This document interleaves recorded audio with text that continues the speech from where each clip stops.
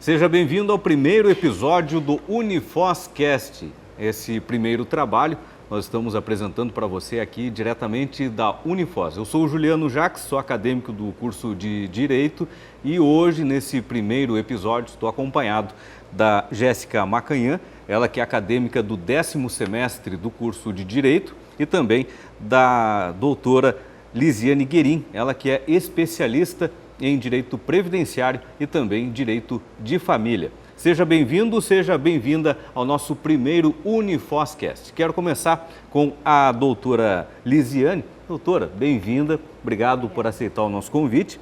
Queria que falasse mais sobre a sua vida, a sua experiência nesse mundo do direito. Bom, primeiramente, muito obrigada pelo convite. Então, eu não sou de Foz do Iguaçu, eu sou gaúcha, fiz a minha universidade no Rio Grande do Sul, na Universidade Luterana do Brasil, na UBRA. Mudei para Foz do Iguaçu fazem 9 anos, que é mais ou menos o tempo que eu tenho de advocacia. Vai fazer uns 10 anos que eu trabalho como advogada. E resolvi me especializar na área de direito previdenciário, porque eu já tinha uma experiência, antes mesmo de formada, eu já tive uma experiência na área previdenciária e eu vi que era um nicho muito bom de se trabalhar, então fiz a especialização e também atuo no direito de família, né? Tenho um escritório aqui em Foz do Iguaçu, já faz uns bons anos também, e sigo nessa linha, mais no direito previdenciário, direito de família, no início um pouco mais generalista, hoje mais especializada nessas duas áreas mesmo. Perfeito. Quero convidar você a curtir e acompanhar a nossa lista, de episódios que a partir de agora vão ser publicadas periodicamente com detalhes, enfim, dos cursos que são oferecidos pela Unifos, tanto na graduação de Direito quanto também na área de Administração. À minha esquerda está a acadêmica do 10º semestre de Direito, a Jéssica Macanhã. Jéssica, explica pra gente. Você é formada já aqui na casa, no curso de administração, e por quê? O que te motivou a escolher também o direito? Bem-vinda. Obrigada pelo convite. Sim, eu sou formada em ADM aqui na Unifos e agora estou cursando o 10º período de Direito. Eu escolhi a Unifos principalmente pelo corpo docente. No decorrer dos dois cursos nós tivemos aulas com professores que atuam como desembargador, juiz, promotor e até mesmo alguns advogados que são renomados na cidade. Então foi por isso que eu escolhi fazer Direito aqui na Unifos. Perfeito.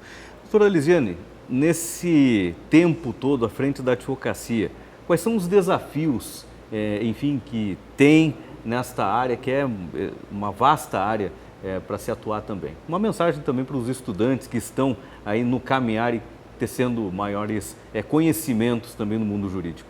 Tá certo. Então, o direito ele é um desafio sempre, né? E eu sempre digo que quem escolhe direito, sou suspeita que eu sou advogada, né? E eu amo a minha profissão. Mas assim, quem escolhe o direito, a gente tem desafios diários, como todo mundo, né? Porque o direito está em tudo. Tá a gente indo no mercado fazer uma compra, a gente assinando um contrato, tá nos nossos relacionamentos, aí pegando o direito de família, ele tá em tudo, né?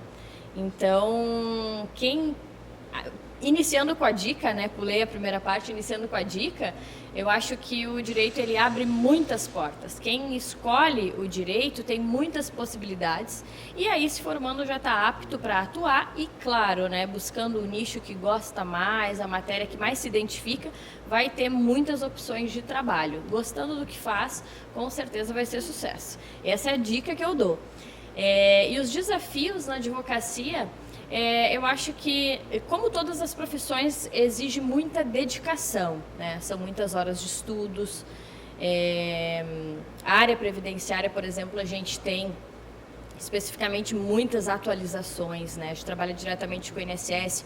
O INSS toda semana ou todo mês ou várias vezes está sempre uma portaria nova, é muita atualização nessa matéria específica que eu atuo. Então, isso é bem desafiante. A gente está estudando sempre.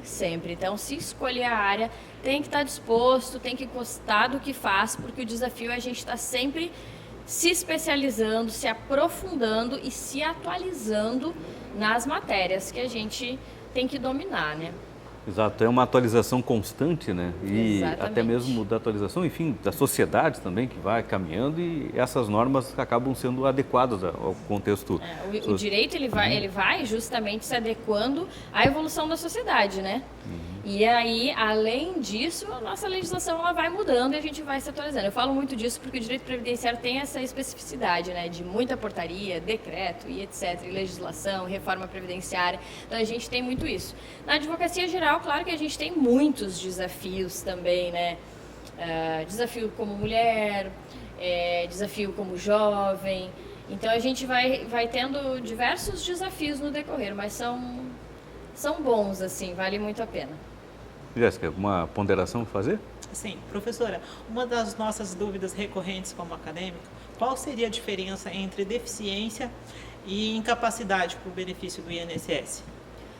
Boa pergunta. A gente tem uma diferença entre a incapacidade e a deficiência. Isso é muito confundido pelas pessoas. É bem importante a gente falar sobre isso. Que o que acontece? Isso reflete diretamente nos benefícios que a gente pede no INSS.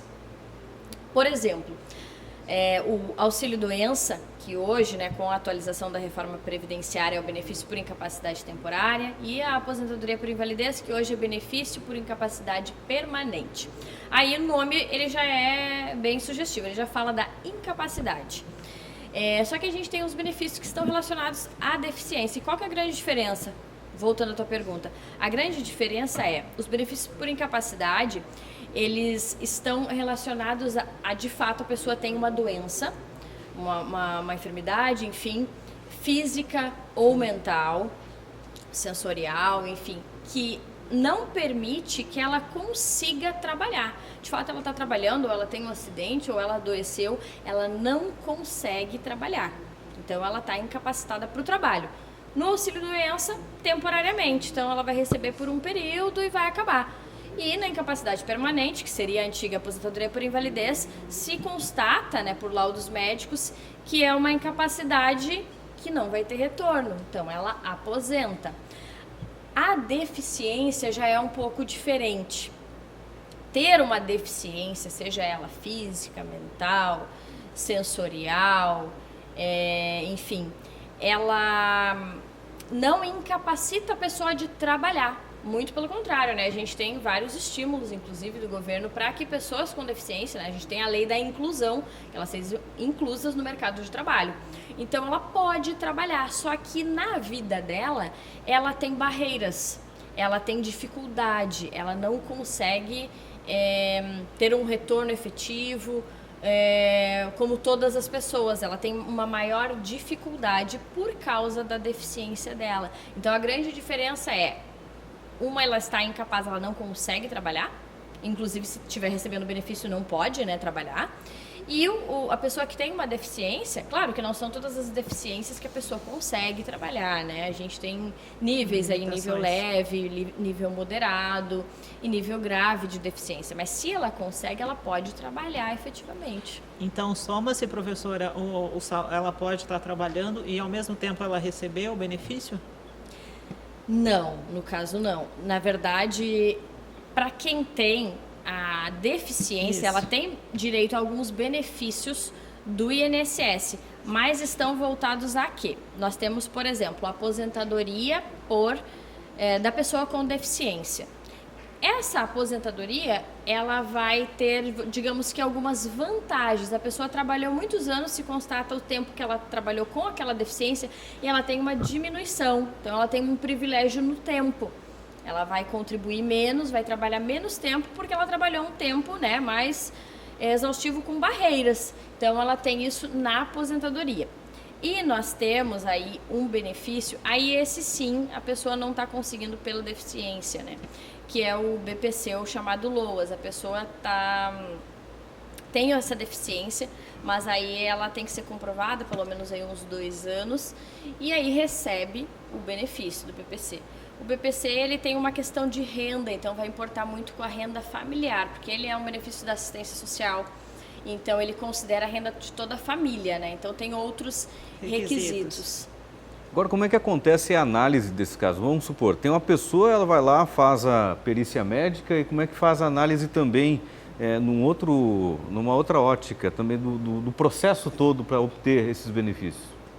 Então, são processos diferentes. Quando a gente está falando de incapacidade, por exemplo, um auxílio-doença, uma aposentadoria por invalidez, a pessoa vai lá requerer. Então, vai ser analisado o benefício que ela requerer junto ao INSS. O INSS não vai escolher, né? Não sei se é mais ou menos a pergunta. Então, ele vai analisar os requisitos daquele benefício que ela está pedindo. Se ela pedir um auxílio-doença, vai olhar os requisitos, que são hoje qualidade de segurado, né? Ela tem que participar da Previdência Social, tem que ter contribuído para a Previdência Social, tem que ter a carência. Carência é um número mínimo de contribuições que ela precisa, e isso muda para cada benefício. No caso de um auxílio-doença, seriam 12 meses de contribuição que ela já tem que ter. E o principal é a documentação médica. Ela vai passar por uma perícia médica, mas é bom que ela esteja munida de um laudo médico falando da incapacidade, se é por tempo indeterminado ou se ela está incapaz por um período X, exames médicos, todo o histórico médico dela ajuda. Aí, tendo essa avaliação da perícia, vai sair o retorno, se vai ser positivo, se negativo. Se for negado o benefício, ela tem possibilidade de recorrer administrativamente no INSS ou entrar com uma ação judicial. E tem um prazo, passou pela avaliação do médico particular, até o médico que faz a perícia no INSS, tem algum tipo de prazo, algo assim? Prazo os atestados médicos, assim, que ela passou antes de fazer a perícia, o ideal é que eles sejam o mais atual possível, porque quanto mais atual, mais vai demonstrar que a situação dela naquele momento que ela está requerendo o benefício é aquela. Se forem muito antigos, eles já não são tão considerados porque a situação pode ter mudado. Tem essa avaliação de prazo, não uma regra, mas tem uma avaliação de prazo, porque ela demonstra de fato a situação de saúde da pessoa. Jéssica, tem uma pergunta para fazer? Professora, quais os documentos, o que é necessário para requerer o auxílio-doença? Hoje, o antigo auxílio-doença. Sim. Perante o INSS? Bom, eu falei alguns aqui, né? Ela precisa os documentos pessoais dela e basicamente a parte médica, que é a parte mais importante de comprovar, que são um atestado falando que ela está incapaz para o trabalho, um laudo médico, exames, dependendo do que ela tem, tem raio-x, ela tem um problema de coluna, exames de imagem, todos os tipos de exame que ela fez, se já fez cirurgia. A gente usa bastante prontuários médicos, que as pessoas às vezes têm internação. E o prontuário também, ele tem todo o histórico. A pessoa foi lá, foi atendida, retornou, tem todo o histórico. Então, essa questão médica, eu diria que são os documentos mais importantes. De resto, vai ser mais os documentos pessoais. E os documentos comprovando ali se for necessário, a carteira de trabalho, que vai comprovar ali que ela tinha qualidade de segurado, mais relacionado a isso mesmo. Embora o INSS já tem, né? No sistema do INSS tem o Cadastro Nacional de Formação Social, que é o CNIS. E lá ele tem todas as contribuições, com aquilo ele já consegue verificar se ela tem carência, se ela tem qualidade de segurado. Mas, se necessário, é bom sempre juntar esses documentos também. Os documentos pessoais originais, nada de fotocópia ou xerox, né? Chega lá na carteira, lá também apagada. Hoje já está bem mais facilitado, a gente já pede tudo online. Então, assim, vai entrar no site lá, Meu INSS, ou até pelo aplicativo, a pessoa tendo o documento ali em PDF só vai juntar ali. E hoje, assim, na verdade, hoje a gente está tendo, faz algum tempinho já, avaliação até sem a perícia presencial. Hoje a gente está encaminhando alguns pedidos de auxílio-doença. Vou continuar falando auxílio-doença por costume, claro. Tá, sim, gente? Sim. Mas falei no início, benefício por incapacidade temporária. O pessoal vai me corrigir depois. Mas mais por costume mesmo, auxílio-doença. Então, assim, quando ela vai pedir hoje auxílio-doença, se ela tiver um laudo do médico falando da incapacidade, o CID da doença, um laudo completinho, tudo certinho, os documentos pessoais dela, a gente entra lá, marca, faz o pedido, não é marcado uma perícia presencial e está sendo feita uma análise do atestado médico, a TestMed. Hoje a gente está tendo essa facilidade. Alguns casos, isso é feito uma avaliação, né, pelos servidores do INSS, alguns casos, na avaliação do atestado, eles não julgam e chamam para uma perícia presencial, né? Tem acontecido, mas está facilitando Bastante, assim, sem passar por perícia, porque os prazos de perícia também eram bem demorados, demorava uns 3 meses até conseguir fazer uma perícia presencial. Demorava? É. E aí a pessoa... Demora ainda, né? Demora ainda. Vamos dizer que demora ainda. E Vamos para quem está precisando de um benefício, né, pouco tempo às vezes parece uma eternidade. Quem precisa sempre aguarda muito ansioso esse momento, né? Exatamente. E agora, a questão do HIV também, né? Tem se isso influencia, de fato, na análise da capacidade laboral da pessoa. Isso daí chega a ser algo assim que influencia, de fato, efetivamente, essa questão? A questão do HIV, ela tem uma afetação diretamente na carência.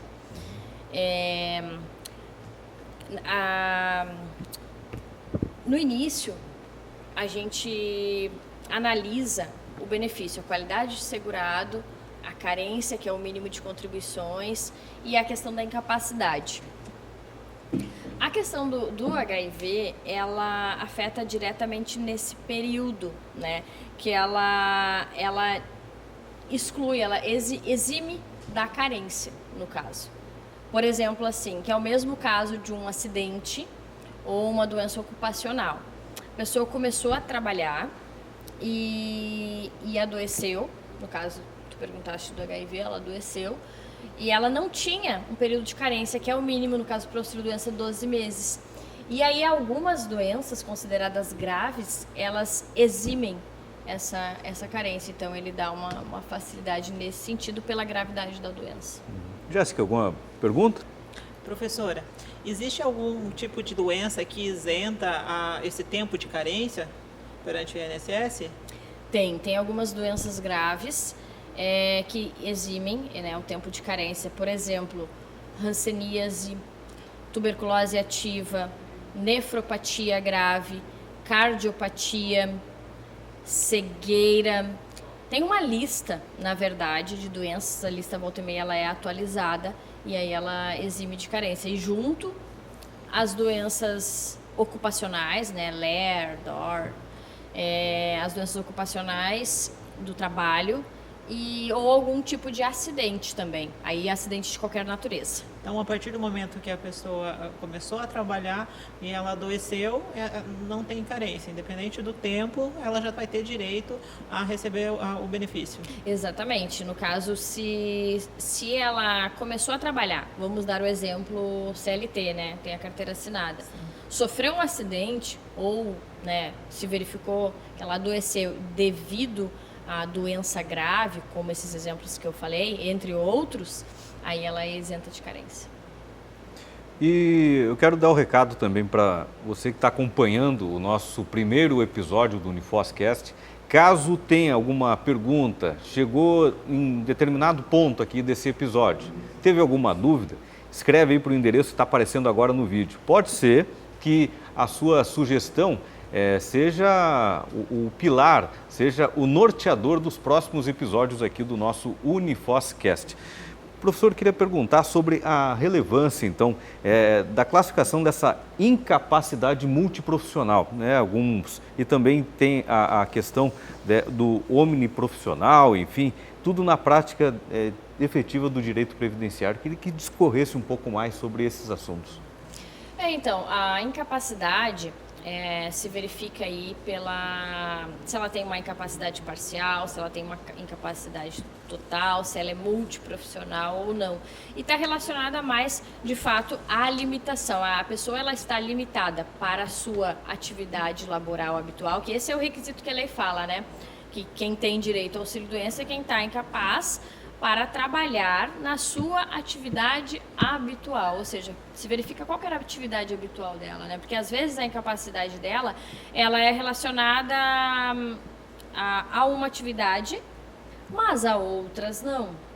Então ela consegue trabalhar, né? Isso que a gente fala sobre se a incapacidade dela é total para qualquer coisa, multiprofissional para qualquer profissão, ou se ela é relacionada apenas aquela atividade, mas a lei garante que se ela está incapaz para a atividade habitual que ela está acostumada, ela já tem direito ao benefício, né? É avaliado todos esses aspectos, mas estando incapaz e comprovando, por exemplo, ele trabalha como pedreiro, precisa de força física, né? E aí ele está com algum problema de coluna, que é mais comum que acontece. Uma pessoa que precisa de força física, fica muito tempo de pé, às vezes no sol, enfim, é um trabalho mais degradante. É diferente de uma pessoa que vai trabalhar sentada, na frente do computador, né? Para algumas coisas ela vai estar incapaz, dependendo da doença que ela tem, para outras não. Se ela tiver um trabalho leve, ela tem problema de coluna, mas o trabalho dela é leve, ela não vai estar incapaz. Vai ser analisado a atividade dela, por isso que fala dessa questão multiprofissional, né? Então, e isso também é relativo àquela pessoa que é empregada através da CLT e também do autônomo, aquele que paga o carnezinho do INSS, tudo separado, como é que funciona? Ambos têm direito, né? Ambos têm direito, tanto o segurado que é empregado, o doméstico, que são os tipos de segurado que a gente tem da Previdência Social. O autônomo, ele pode ser contribuinte individual, que é o tipo, né? A tipificação lá para a Previdência, é o contribuinte individual. Ele também tem direito ao auxílio-doença, ele tem direito aos benefícios do INSS de qualquer forma, igual o empregado. E, além disso, temos, por exemplo, também o facultativo. O facultativo, ele está na Previdência por opção, ele começa a pagar, ele se filia ao regime e começa a pagar. Aí, claro, nesse caso ele não vai ter uma comprovação de atividade habitual, porque ele não tinha, né? Mas vai ser analisado igual os laudos de incapacidade, se ele estaria incapaz para trabalhar de qualquer forma, né? E ele também vai ter direito ao auxílio-doença. Até mesmo o MEI, que tem aí no... Também, o MEI também. Só vai mudar algumas regrinhas, mas para a concessão do benefício, os requisitos são gerais, assim. Jéssica, uma pergunta? Professora, em questão de valores, o BPC nós já sabemos que é um salário mínimo, o valor de um salário mínimo. E para o auxílio inclusão, segue os mesmos valores, muda, qual que seria o valor em si? É legal o auxílio inclusão falar dele. Que é até novo também, né? Sim. O BPC, ele sempre vai ser um salário mínimo. E, na verdade, ele é um benefício da assistência social, ele não é exatamente da Previdência. Por quê? Porque ele é direcionado às pessoas mais carentes, às pessoas que estão numa situação financeira aí de vulnerabilidade.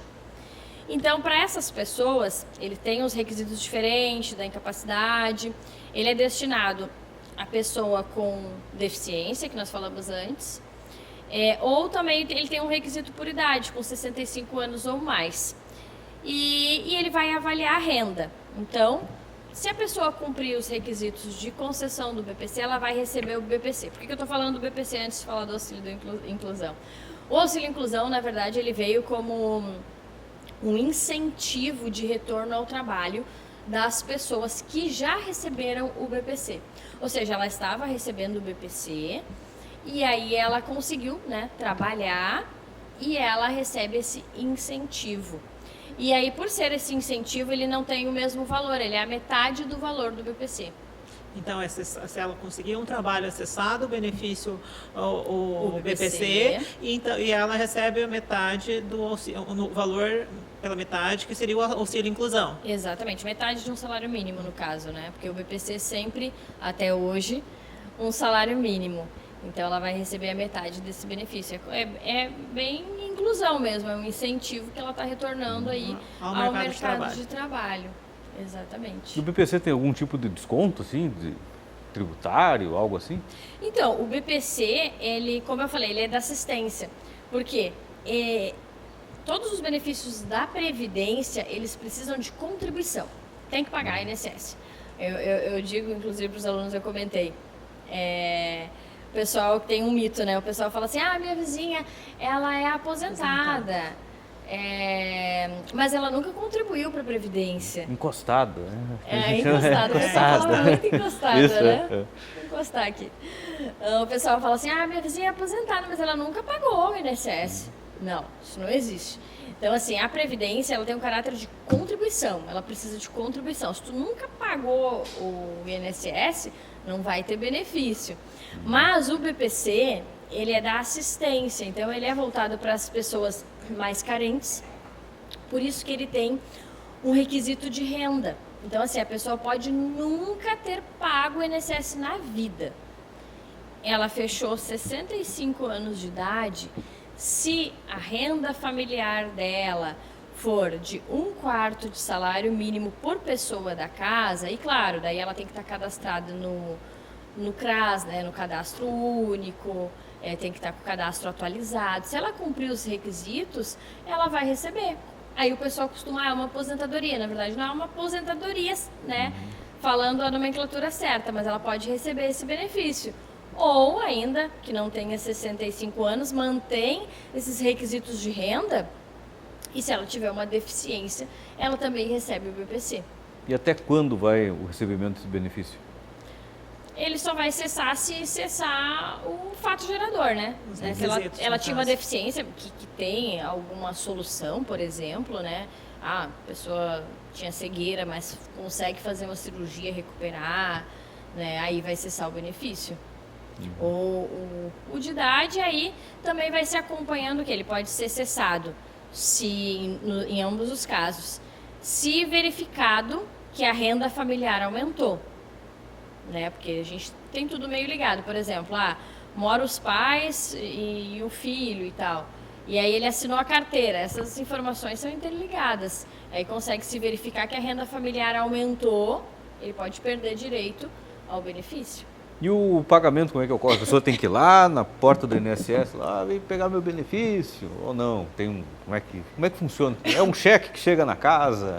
É um vale que vai lá? Não. Recebe no celular um aplicativo, você ganhou algo assim? Então, quando a gente pede os benefícios, o primeiro pagamento a pessoa vai até o banco, né, sai ali qual banco que vai receber, e aí depois desse primeiro contato ela destina para o banco que ela já tenha uma conta, ou ela abre uma conta no banco que foi designado para ela receber, não é só na Caixa Econômica, né, são feitos pagamentos em vários outros bancos. Primeiro contato ela vai lá na agência e aí ela define, daí vem o cartão, ela só vai lá e saca depois. Muito bem. Jéssica, tem alguma pergunta? Professora, outra dúvida recorrente nossa, dos acadêmicos, é como funciona a aposentadoria dos MEIs? O MEI ele vai se aposentar, vai fazer as contribuições normais e quando ele aposenta é feito um cálculo. Tu pergunta mais por causa dos valores. Exatamente. É feito um cálculo. O cálculo dos benefícios previdenciários, eles vão considerar todo o tempo contributivo da pessoa. Então ela vai ter o período que ela pagou ali como MEI, isso para todos os benefícios. Vai ter o período que ela pagou como MEI e vai ter os outros períodos também, ou se foi sempre assim.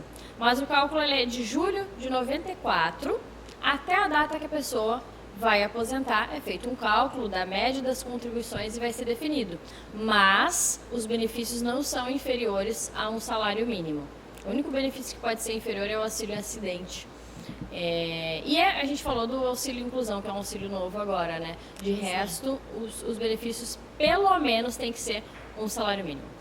E sobre a questão da pessoa que teve algum problema, pode ser até temporário na visão, um monocular, ou seja, a pessoa que só tem a visão de um dos olhos, ela tem algum tipo de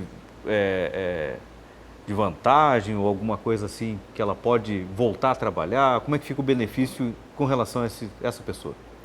A visão monocular, ela foi considerada deficiência, se eu não me engano, a gente teve uma alteração na legislação, não vou lembrar o ano agora, mas teve uma mudança faz alguns anos e ele foi considerado pessoa com deficiência, quem tem a visão monocular. Sendo considerado pessoa com deficiência, esses períodos, né, se vai se verificar quanto tempo ela pode usar isso para uma aposentadoria da pessoa com deficiência e utilizar esses períodos para diminuir o tempo dela.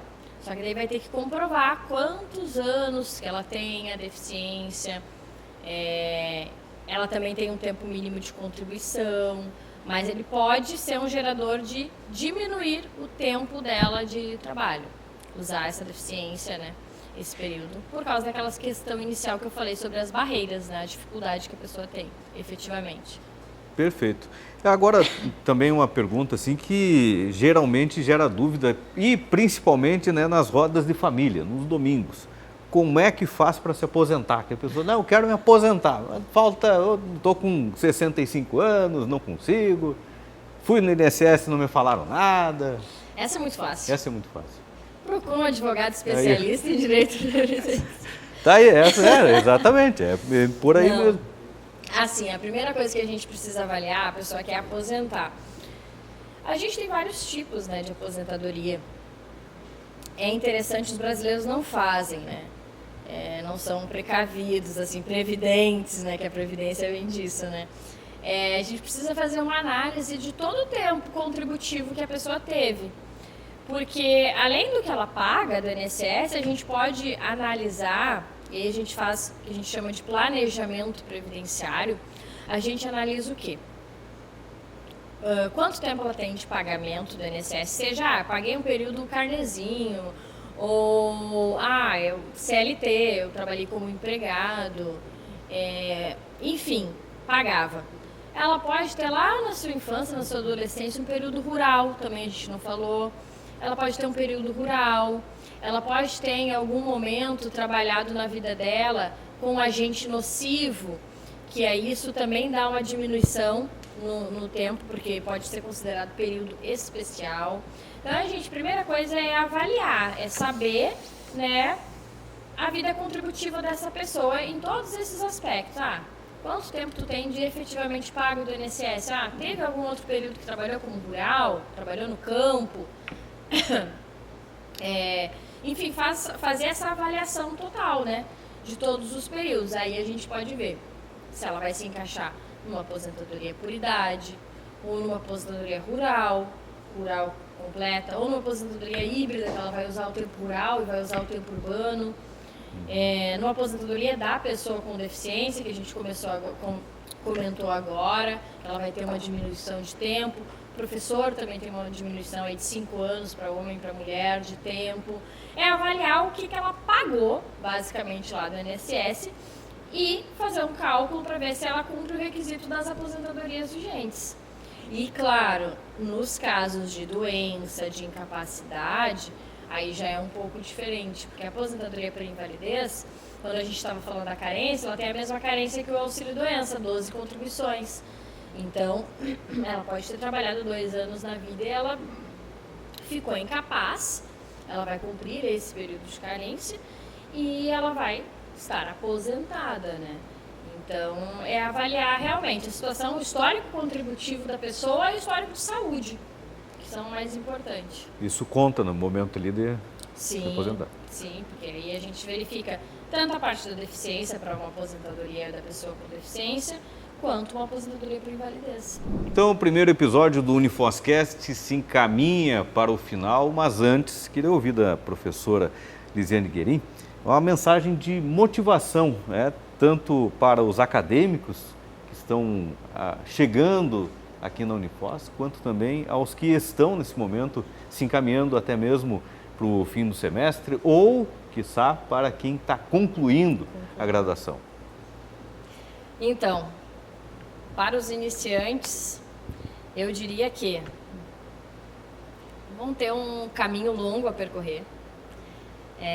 Tem muitos desafios, tem dificuldades, às vezes o cansaço vai chegar, mas se tem um objetivo, se gosta disso, se escolher o direito com amor, vai valer muito a pena. E para quem já está mais no final do curso, né, como a Jéssica, já está acabando, né? Mas quanto? 1 mês? 2 meses? 1 mês e meio. 1 mês e meio. Já está acabando, já está na finaleira. Eu diria que o pior está por vir, não, é brincadeira. É brincadeira, não. Eu diria que olhar para esse período, sempre olhar para esse período de tudo que foi vivido, de tudo que foi passado, de todas as horas gastas estudando e se dedicando e sabendo que lá na frente, vai continuar estudando sim, mas que lá na frente vai valer muito a pena. O direito é uma área de trabalho muito bonita e dependendo da tua atuação, eu falo um pouco assim da minha, é muito gratificante, porque o direito, ele é uma maneira de mudança na vida das pessoas. Então, quando tu faz o que tu gosta e tu sabe o tanto que tu te dedicou e tanto que tu estudou, quando tu consegue mudar alguma coisa na vida das pessoas, porque as pessoas nos procuram porque elas têm algum problema. seja ele grave ou mínimo, enfim, mas é algum problema. Então, quando a gente começa a desenvolver na advocacia, para quem está se formando agora, a se desenvolver na advocacia e a gente vê o quanto o nosso trabalho muda a vida das pessoas, isso não tem dinheiro no mundo que pague. É muito gratificante e aí a gente continua tendo ânimo para estudar mais, para se especializar mais e continuar fazendo mudança na vida das pessoas. Bom, eu quero mais uma vez então agradecer, fiquei muito feliz com o convite de estar participando aí do primeiro episódio, então espero que tenham muitos e que isso vai ser muito agregador, né? Tanto para os alunos, para todo mundo que acompanha, então muito obrigada. Muito obrigada, Juliano, muito obrigada, Jéssica, e a todos que vão acompanhar. Mais uma vez, obrigado, professora Lisiane Guerin. Jéssica, quer agradecer também a participação? Eu quero agradecer o convite de participar do primeiro episódio, agradecer a professora pela aula que nos deu agora e dizer que é uma instituição que eu estou deixando, mas que fez parte da minha vida por longos 9 anos, primeiro no curso de administração, agora no curso de direito, e é uma instituição que eu tenho muito carinho, que é praticamente uma casa, né, nossa casa, e agradecer pela oportunidade. Obrigada, professora. Eu quero agradecer também a você que acompanha e obrigado à professora também pelas aulas e o conhecimento repassado nesse episódio.